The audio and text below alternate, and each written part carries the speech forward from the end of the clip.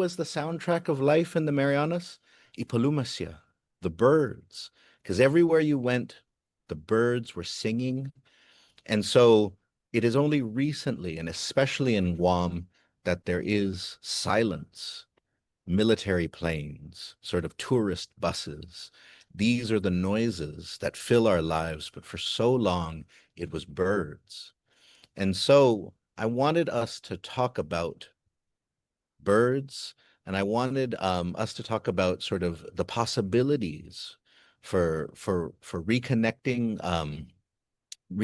with bird populations, birding, but I also wanted to get some updates from what is happening in terms of the restoration of bird populations in the Marianas.